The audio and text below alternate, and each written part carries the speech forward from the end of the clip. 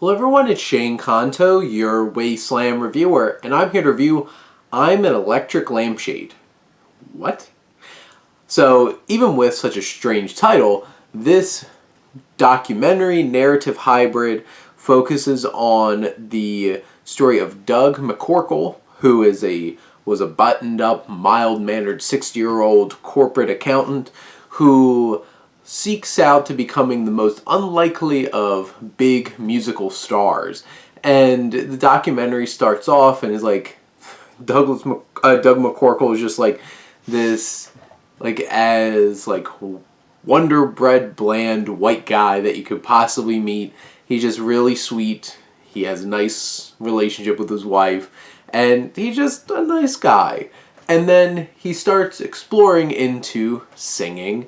And at the beginning, he's figuring out his voice. It's not the best, but like he's having fun with it. He's getting into it. And as this film goes on, you're treated to this evolution of him as a musical artist, as he's bringing on this like very artistic way about him, and he starts using his voice in a not quite like a Joe Cocker kind of like raspy way, but like the idea of like Joe Cocker really found his voice and how to best utilize his voice, just like Doug McCorkle does in this film.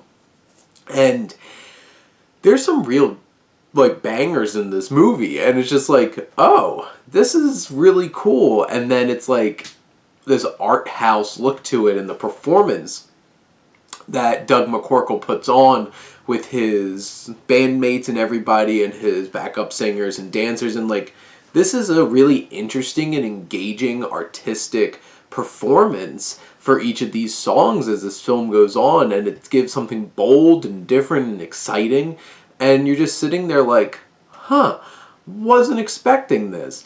But you feel that energy of like the concert life. You get to have those sequences of like him like living his life, and you get to see behind the curtain at his life, his wife, his relationship, and stuff like that. And you build this sweet, empathetic relationship as an audience to Doug.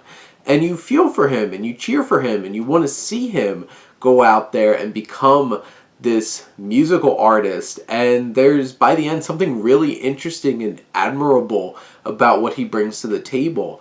And our director, John Clayton Doyle, is able to bring something very interesting, unique, and different, some kind of different energy about this film.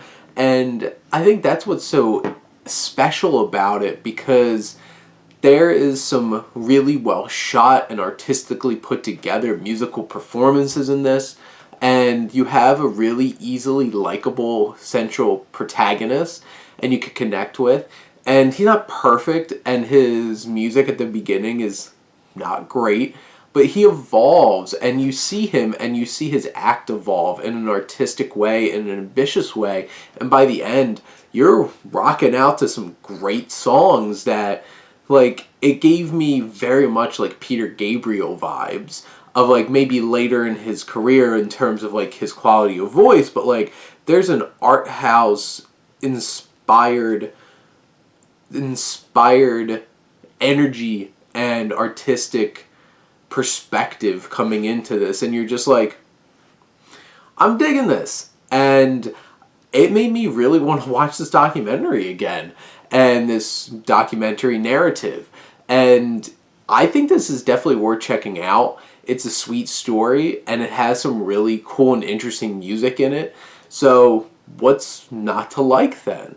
So it's not something where it's like, I don't think this is a groundbreaking film or something that's going to like blow you out of the water, but like there's hard to find negatives about this film for me, where it's just like, I enjoyed this so much. I had so much fun with it, and I want to listen to the music. Like, I want to listen to some of these songs and just be like, have that on my playlist because they were that enjoyable. So there's something interesting and special here. So I hope you go check it out.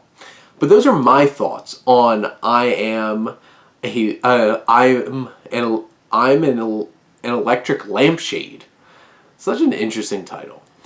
But those are my thoughts. Let me know what you think, and let's talk some movies. But thank you as always for tuning in and supporting your Wasteland reviewer.